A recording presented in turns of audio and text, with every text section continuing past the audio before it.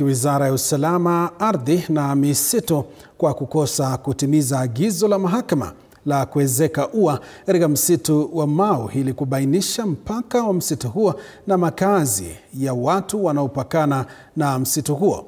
Kwa mujibu wa wakili Ngetich, serikali ilistahili kuheshimu agizo la mahakama na kuezeka ua huo sawa na kufanya usaili wa wakazi wa eneo la Mau ili kuwakabidhi wakazi vyeti vya ardhi ama hati miliki za ardhi ili kuwafanya wamiliki kikamilifu kwa mujibu wa sheria.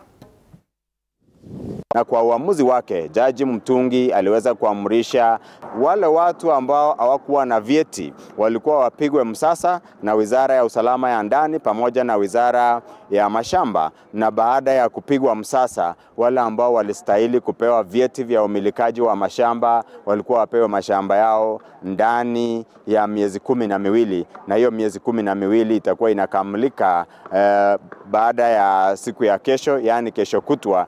Ndiposa ningependa kusema kwamba serikali ya Kenya imejaribu, lakini haijatekeleza uamuzi ya idara ya mahakama vile ilivyoamrishwa, na ningependa kusihi serikali ya Rais William Samoei Ruto ambayo imejaribu kuweka mipaka lakini haijatekeleza uamuzi hiyo vile inavyopaswa.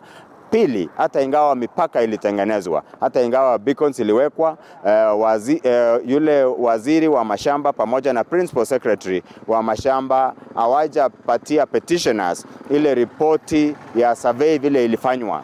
Je, ni shamba kiasi gani ilikuwa ndani ya msitu? Ni shamba kiasi gani ilipatikana baada ya hii mipaka kutengenezwa? Ndiposa ningependa kusema kwamba serikali ya Kenya haijawajibika haijawajibika vile ilitakikana na idara ya mahakama. Itabidi turudi mahakamani tena na tupeleka application ya contempt dhidi ya waziri wa mashamba, waziri wa usalama wa ndani pamoja na ile wizara ya mazingira, kwa sababu walipewa jukumu kinagaubaga na idara ya mahakama. Ndiposa kwa mara nyingine tena ningependa kusihi serikali ya Kenya ikiongozwa na Rais William Samoei Ruto ambaye ameonyesha nia njema ya kutekeleza hiyo uamuzi, aweze kuwasukuma, aweze kuwatimua hawa mawaziri wa mashamba, usalama wa ndani na mazingira, wahakikishe kwamba uamuzi huo umetekelezwa. Tuangazie